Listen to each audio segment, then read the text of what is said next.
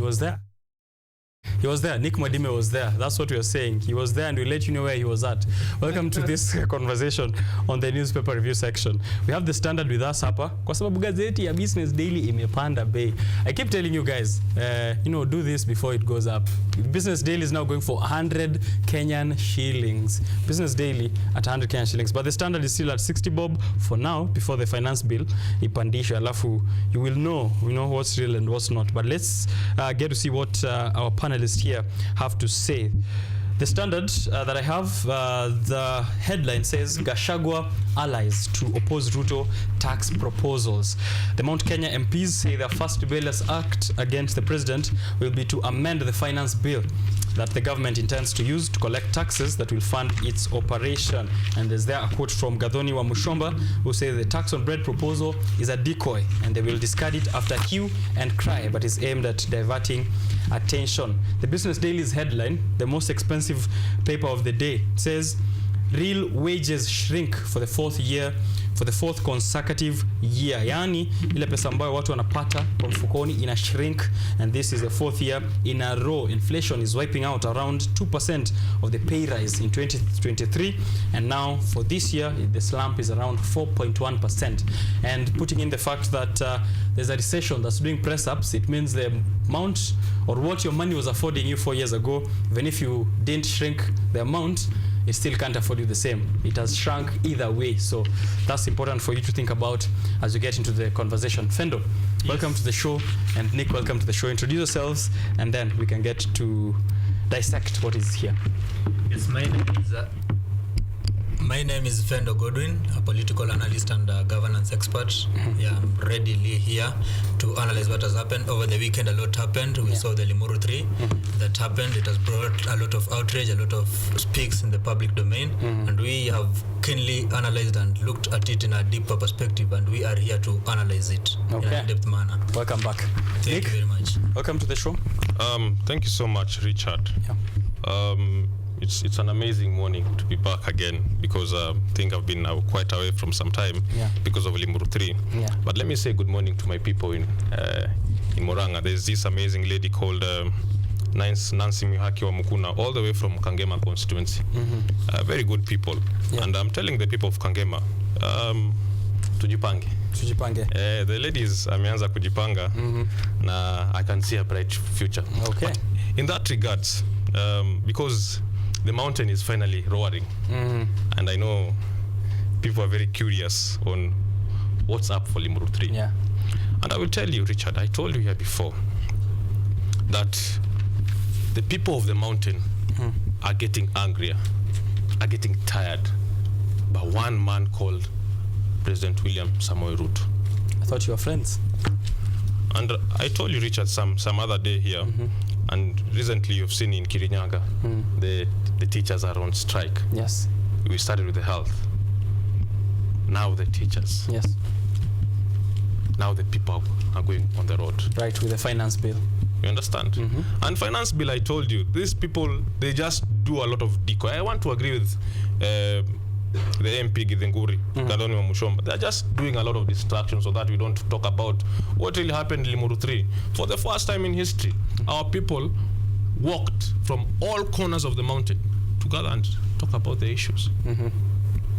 People are tired. Okay. People are hungry. People are angry. We need to talk. Okay.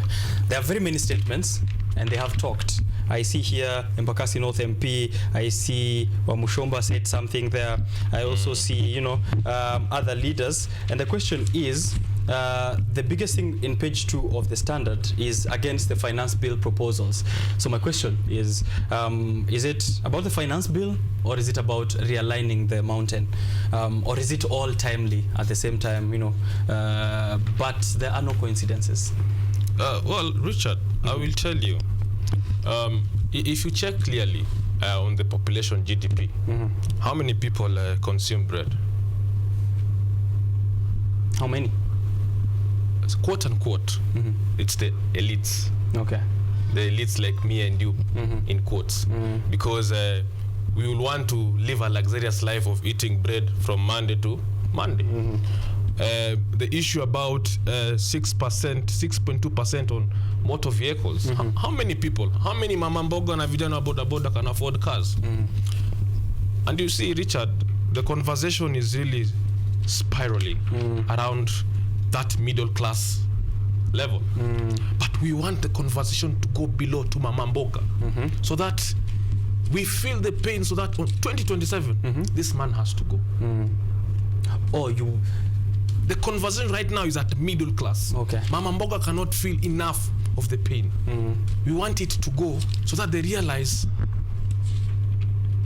United Democratic Alliance is against the people. They say we'll get to 22% of taxes by the end of the term. It is very sad that Will that, at that point, we'll have enough pain? President William Ruto is using our sons. We saw Kimani Kuria. He could not clearly explain, a whole chairman of finance, what these additional taxes are for. We saw the majority leader, Kimani Ichung'wah, defending strongly. We saw Member of Parliament Kiharu Ndindi Nyoro. And I'm telling our people, let us not forget this gentleman. Okay. The people of Kiharu, the people of Molo, and the people of Kikuyu. Let us not forget what they're doing to us. Okay. Fendo, I'm going to ask you this question because I don't want to ask it to Nick.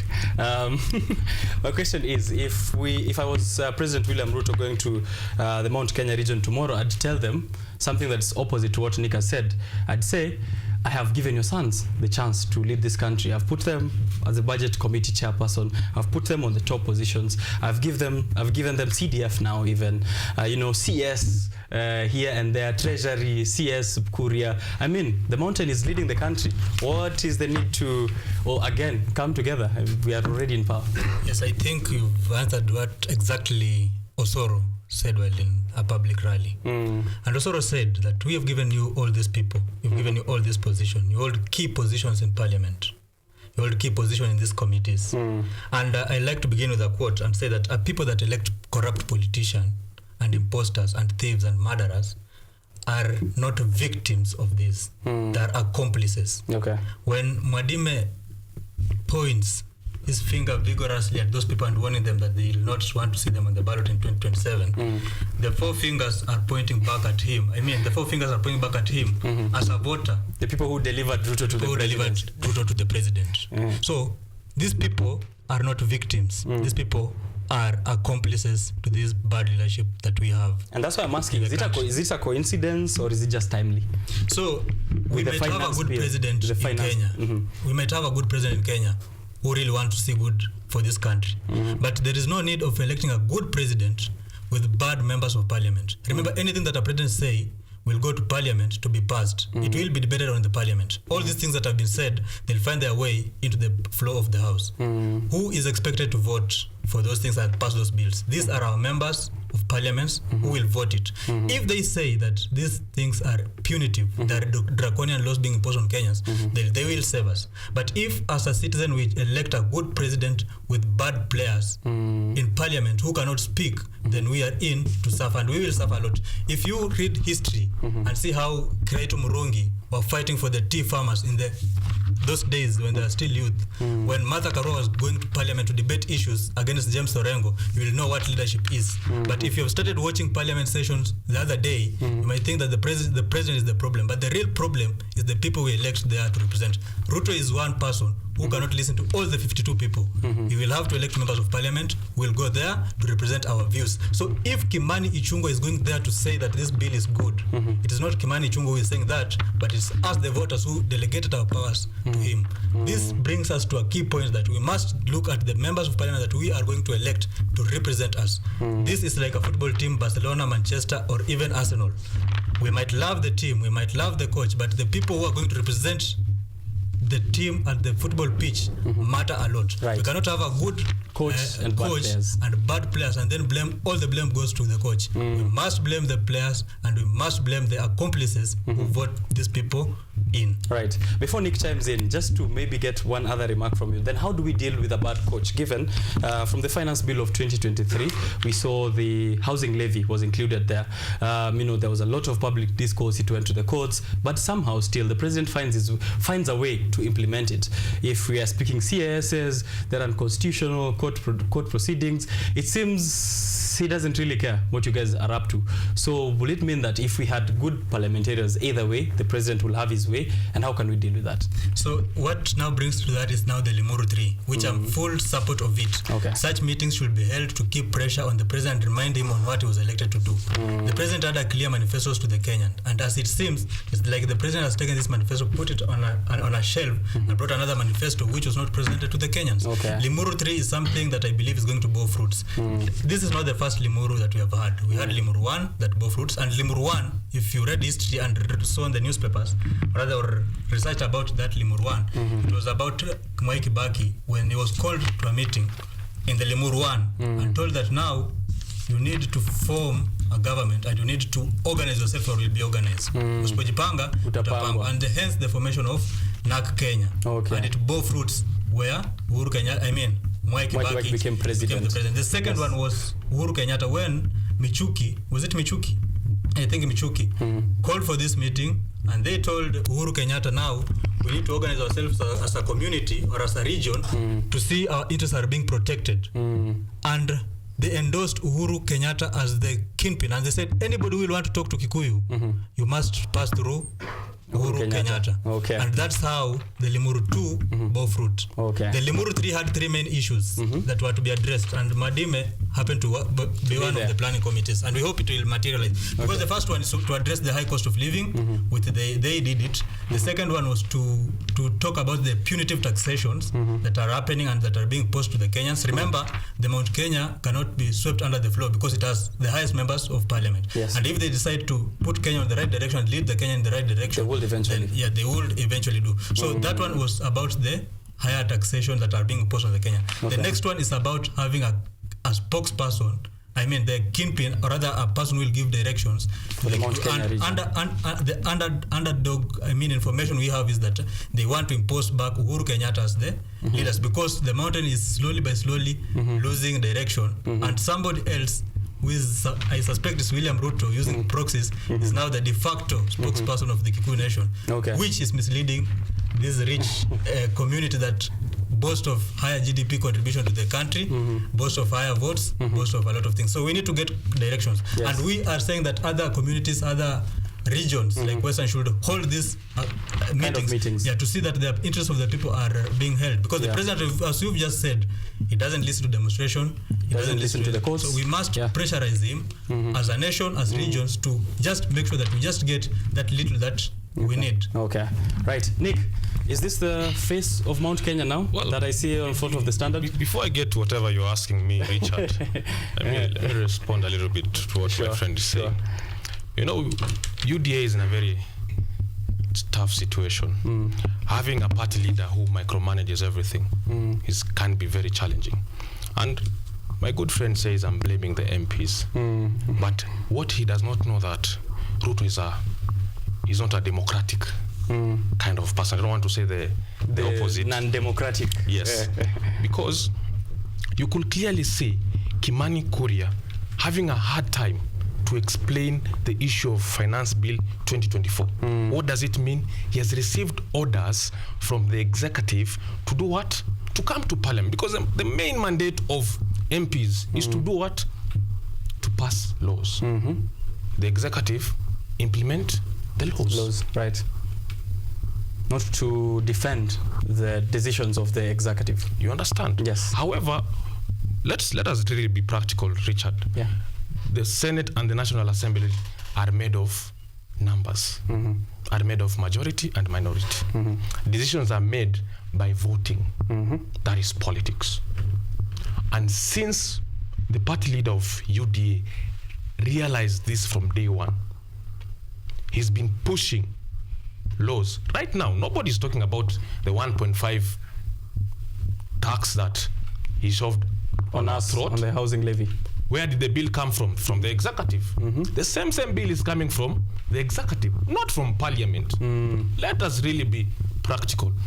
If I'm in to support whatever my good friend is saying, then MPs who are in the majority should join us in the minority. Okay. Because today you can see here, MPs are saying, we shall oppose. Right. Coming back to what you're asking me, we shall oppose Ruto tax. Because they realize our son, Wandri Gachagua, he's being sidelined. And who's doing the sidelinement? His boss. And, you know, my party leader, Uhuru Muigai wa Kenyatta, he saw this and he warned our people. He said that this man is a con man. That he will campaign on the basis of fake promises, on the basis of lies, and on the basis of what? Infidelity. Oh, wow. Okay. That's now even infidelity to the nation. Yes. Yeah. And you see, okay, I like to let me just finish. I allowed you to speak. Let me finish because you'll do a rebounder. Please go ahead. He's doing the same thing in the Western region. He tried it, as my good friend is saying. He tried it to be a de facto spokesperson. But we, the people of the mountain, we know who's our spokesperson. Uhuru Muigai wa Kenyatta. We are still saying he's our spokesperson because we believe in one thing that we believe on is a whole leadership process, because we call him Mudhamaki, and he's holding Muthegi. He has not given it to anybody. So nobody, including Gachagua, is the face of the mountain. Let us go to the Western region, Richard. Today we are having Natembeya fighting Mudavadi and Wetangula. Day in, day night. Why? Because Ruto, by de facto, wants to do what? To be the spokesperson of the lawyers. So that come 2027, he has the votes of the lawyers. Let us go to Homa Bay and Migori. He's fighting ODM day in, day out, so that he can become the spokesperson of who? The Nyanza. But he has forgotten the real mandate that we are supposed to talk about. 1.5% tax. Right. The 2023 finance. We are not even interested. Yeah, we have not even healed from the finance bill of Richard, last year. Our kids are going to school, right? Yeah. It's still raining, Richard. Right. Schools have been destroyed. Teachers are on the street. There's still no good healthcare systems, Richard. We are here talking about politics. How sad state is it? Okay. You see, I said it before here, without any fear of contradiction, Richard. The issues of laws and county government, we should empower our county government in a way that even as our president decides to play politics, the day-to-day basis of our people, the basic needs, health, education, homes, are not messed around with. Yeah. Okay. Fendo, you had something to say in there before I ask you a question I have. What did you have to say about I want to give a rebounder and just remind him that the narrative that somebody is being sidelined is lost and should not find a way in such a platform that has serious scholars. I was going to ask, isn't this the same script that was there with Uhuru and Ruto? Yes, he played that for the one was been asked. For 5 years. For 5 years. For 5 years he played a de facto opposition leader. I want to answer it. I want to give a rebounder. Go ahead. Yeah. So what I want to say that the person that you are saying that has been sidelined, his offices has been awarded 1.2 billion shillings.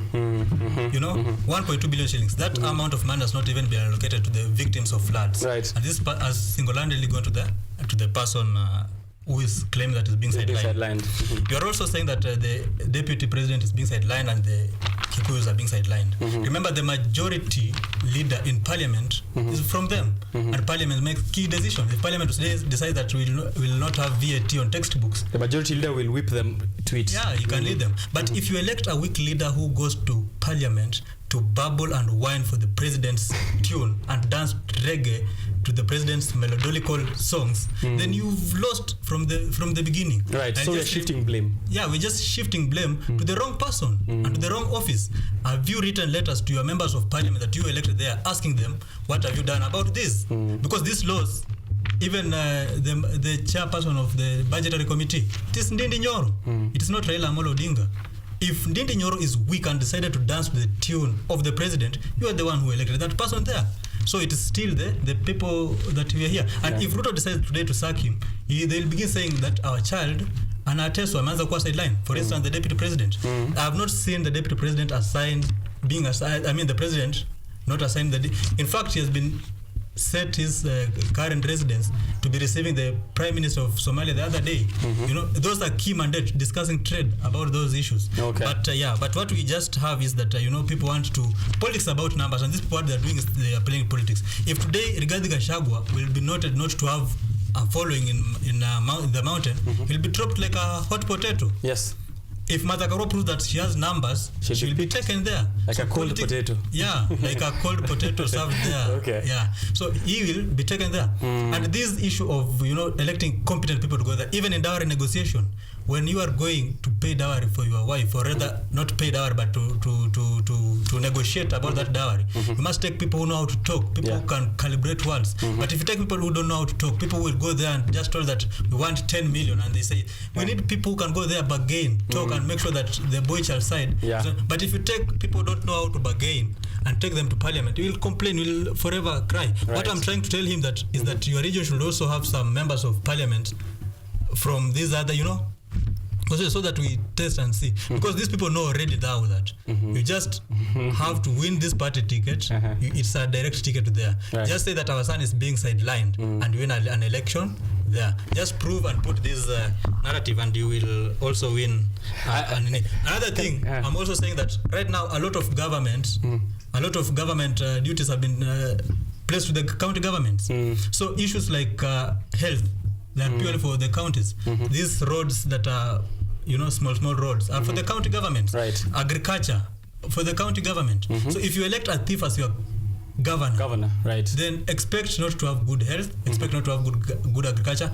I come from Kakamega County, and Oparanya did a lot of good developments. And if you have a good governor, you don't even need to know about the president. Whether they're in the opposition or they're in the government. Because the government, and I'd like to really congratulate the government of today, even with the high taxes, at least they have managed to increase the county revenue allocations. Okay. From it was 358 billion to around 410 billion to see to it that they develop. But if you award thieves with those county governments, it's like taking a hyena to come and look after your children, and then going to complain to God. The hyena has eaten your children. Nick, as you answer, I just want to say something about that script that we just talked about.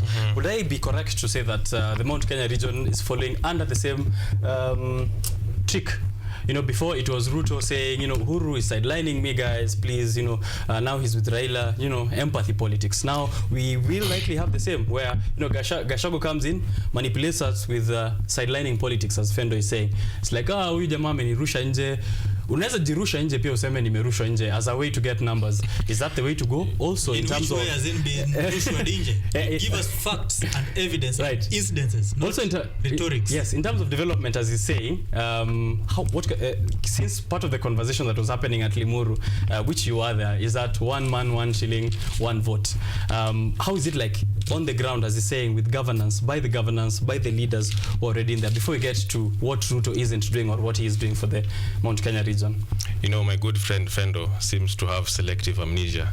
I'm just here torn whether he's in government or in opposition. But that's beside the point. Yeah. As I've said, I am not standing here to defend Rigathi Gachagua, because those are inside politics of UDA. I don't want to be part of the UDA, part of the wrangles. But it is very much clear. For the past 1 week, he had missed up to 11 state activities. Yes. Museveni was in Kenya. Who received Museveni? Raila Odinga and CS Murkomen. You have the answer. Yes. He met. What is the relationship between receiving a president and being sidelined? Was he told not to be there? Was there formal communication? Let him finish. Let him finish his submission first. And that happened because Raila was going to ask for Museveni's vote for AU. Nothing big. Just let him finish, and then we'll get to you. No, he's behaving as if we're in a market, so I just want him to tell him to calm down. This podium is ours, so relax. Wow. One thing that we have to talk about, and that's why I said I don't want to be dragged or to be trapped into going into UDA politics. Yeah. One thing that I want to speak about is the people of the mountain, Richard. Yeah. Because nobody's talking about the farms in Naivasha that are being grabbed. You see, on Limuru 3, probably I should let you know what actually happened. The MCA of a specific ward stood up and say, an 88-year-old is in prison. He cannot afford bail fees. Allegedly, he has been accused of grabbing land. And this is a land that he has lived there his whole life. So we did a fundraising to get him out. That's a very sad state. I'm not coming here to discuss about numbers. I'm coming here to talk about the issues of the people of the mountain. Okay. Right? That the price of coffee that we are selling to the factories has gone lower. The price of tea that the people of the mountain are farmers has gone lower. The price of milk. You know, our people are farmers. And the easiest way to cripple them is through farming and businesses. And the reason why, by the way, we come up heavily to vote is to protect our businesses and our farms. And that is why you see our people rarely caught for mandamano. But this time out, Richard, I told you, they walked to Limuru 3 to have a discussion. And probably he was giving a history about Limuru. Limuru 1 happened in 1966. Yes. When we had the founding father called Jomo Kenyatta. Limuru 2 happened in 2012 when Uhuru was being made Mudhamaki. Yeah. Limuru 3, Uhuru was not even there. But the people are saying, we want Uhuru to come back. Because Uhuru, right now, the other day we saw the state maligning that he has 441 million as a budget. But we clearly see they're too lazy even to do their factual check. That Uhuru, until today, he has not received any amount. He's actually not spent any of that allocation. But that is beside the point, Richard. Office, yes. Okay. As I said it earlier, and I want to agree with my good friend, our issues are not whether it's mountain or Kakamega. Our issues is about one man who chooses to divide people for his own benefit. He's using Ndindi Nyoro to disrupt who? One Rigathi Gachagua. He's using Kimani Ichung'wah to discuss who? And that is why our people are saying, we want one man, one vote, one shilling. And why are we saying this, Richard? Because we cannot have a population, for example, in Ruiru constituency or somewhere I come from, our voters, right, receive a yearly budget of 200 million with a population of up to 60,000. Let us do the math. Okay. Bursary itaenda kwa secondary schools, sindio? Bursary, you still go to primary school. Bursaries, we still go to universities. How many people are going to get these bursaries? Right. It's not an appropriate allocation for the numbers. A constituency like where Aden Duale comes in, the population is not even more than 200,000. You understand? Okay. So it's about issues and it's not about numbers. It's not about numbers. It's about issues that we're supposed to talk about. Right. So I have a final question that I want you guys to tackle, because I really hoped we could get to the US visit by President William Ruto, but it seems we'll have to tackle that next time. Just want to pose one question so that we handle it even as you give your other submissions, which I haven't touched on. It's why can't we do a Kenya 1 meeting, a Kenya 2, a Kenya 3? Why should we do it regionally? I remember Fendo just a few minutes ago saying it's important that also other regions, maybe we have a Kisii 3 meeting there or a Kakamega 1. Why can't we just have a collective conversation about the issues rather than segmenting it and then pointing out who has more, who doesn't have more? Because this is a very easy way of us leading us to a divided, election, especially, coming up after President William Ruto. What can we do to avoid those segmented conversation? Because that's what makes people think it's about numbers. It's about these people and their self-interest. I'll begin with Fendo. Thank you very much. Yeah. Your question is much in order. We need to have one Kenya. Yeah. And as one is that we begin to notice, and we must know that the symbol of national unity is the presidency. So we must give him and accord him all the support that he deserves and needs to make this country run. We can only have one president. Let's not have roadside proclamations. Let's not start have accusation, but we need a symbol that unites all Kenyans is the presidency. Is the presidency. So I'll now want just to reply to what is said.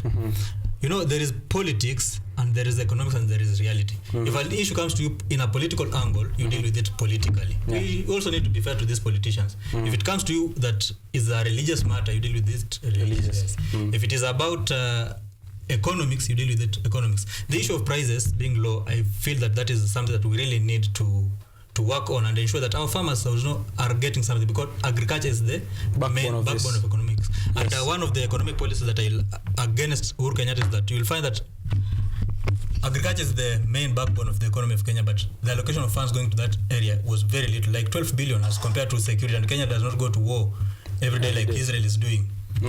Another thing is that I was in a university and I did logic and critical thinking. Let's not be emotional in thinking and analyzation of issues. Okay. When we talk about an old mzee, 88 years old, being in prison, we should talk with laws that incriminated him, not him being 88-year-old, having lived in a land for, 88 years or 100 years or so. Okay. So those are issues that were dealt with legally. The courts provided the ruling. So we need to deal with it on a legal issues, and legal issues are very key issues. You can live in a land for 40 years and that land does not belong to you. There are some people right now, and issues to do with the land are very critical. Somebody is going to the United States of America. A mother or a woman or a friend just comes that I don't have a place to stay. Help me, I have children suffering. Just now that you're going to give me this place to stay here. You give them a place, they build their kibanda. They call another person, they build their kibanda. When you come from abroad, you want to build your house, your own there. stuff. Yeah. Till now you have to move kidogo. They say unanyanyasa wananchi. Sisi tumekaa hapa, tumelelewa hapa, tumenini. So I say that issues to deal with this, they are not emotional. If you don't have the issues to be there, you don't have to be there. You are not going to be emotional and emotional outburst because of old age or something like that. Legal issues. So, thank you. Guys, we have just 1 minute. I mean, like completely, literally 1 minute. So I'll give you 30 seconds and then I'll give you the last remark 30 seconds as well. I'll give you a minute and I'll give you 30 seconds. You see, I have to get extra minute because... yeah, so I've given you 30 seconds extra. 1 minute and 30 seconds extra, right? Let's go. But before we continue, Richard, Wendo seems to forget that people, 90% of human beings base their decisions on emotions. Why people go on the ballot is because of anger. Anger is an emotion. So we cannot overrule the fact that this guy is so angry enough that he needs to be bailed out. We cannot. And let me assure you, we raised money. If that issue was not serious, we could not have raised money in Limuru 3 for that grand old man. And let us be realistic again. The reason why Kenyans are angry with people, again, it's because of what? Emotions. But that is beside the point. Because I don't want to say we are too logical as a nation, because logic did not apply when you were voting for Ruto. Where was the logic then? Where was the I don't understand where was the logic. But if that is the case, we'll have had Miguna for president. If we're going through logic. But makes sense. At the end of the day, let's not overrule emotions. Responding to why Kenyans are doing regional politics. It's because at the end of the day, it has to start in Kakamega, where it's coming from. It comes to Nairobi. And then at the end of the day, we meet and decide who is our president, who can unite all of us these issues on our issues. And one thing I agree with Wendo, the issues of farmers, the issues of the people. At the end of it all, we can do politics, but let us work. Asante sana. Asante pia Nick. Yes, so let me say thank you so much to the people of Roysambu, because they sent me every Tuesday to acknowledge Nairobians, to acknowledge our issues. Yes. And even so, Mount Kenya Colleges, Universities, Student Association from our chairman. And we are very angry as students because nobody's talking about the issues of students. Honorable JJ Kagondo. Okay. He shot people in Thika. Right? Nobody's talking about such issues. I wish we had time. I wish we had time. Let me say thank you very much. Let me say patronage to my chairman. I think he's now eating into my chairman of MKUSA. Chairman of MKUSA. I'm angry with your chairman because he's never showed up on I'm here. I want him as well. I'm here. So my chairman in MKUSA and also my national treasurer, President Eston. Thank you so much. Fendo, 30 seconds, please. Okay, just use the 30 seconds. Yes. One is the issue that I got out of this table, forgetting to analyze the issue, 1 man, 1 shilling, one coin.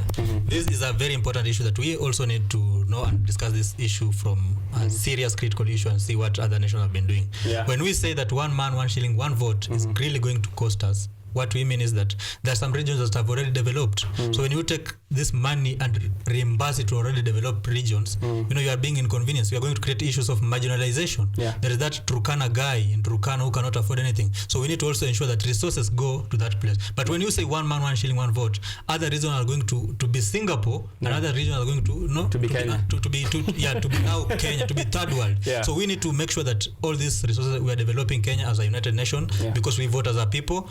And another thing is that we will be out of this place to go to Turkana for work. We'll go to other places. We also need to get those resources there. So we need to ensure that 1 man, 1 shilling, 1 vote does not see light of the day. And I mean, development to go everywhere. It should be equity, not equality. Equality, yeah. Okay. If we go in that route, we'll have other regions just having universities as the source of economic activity. Yeah. So we need also to be considerate about the Turkana, the Njebs, the Masai Tunja, and all those people development of their regions. Okay, thank you very much, Fendo, and thank you very much, Nick, for creating time here. We have really rushed, but I know we are going to pick this up again when we come back again for Biashara Tuesday. Thank you for also tuning in from home at KUTV Kenya. Comes to you, KUTV Rise today, Monday and Tuesday. Next week on Monday, we'll be here, me and Karen Blessing, on this show together. We'll do it together, so you want to be tuning in for that. And then on Tuesday, maybe we can still as well do it together. But for this one, I'm very grateful that you've created time for us here. From my producer and director, Sir Mr. Ryan Ngure, the whole team of like 20 people behind the scenes, in the cameras, the audio visual, the sound mixing, the transmission, the graphics design. It takes a whole village to bring this show to you. So we're very grateful that you also create time every morning. On social platforms, I'm known as @Richard_Okenya. Continue this conversation even offline.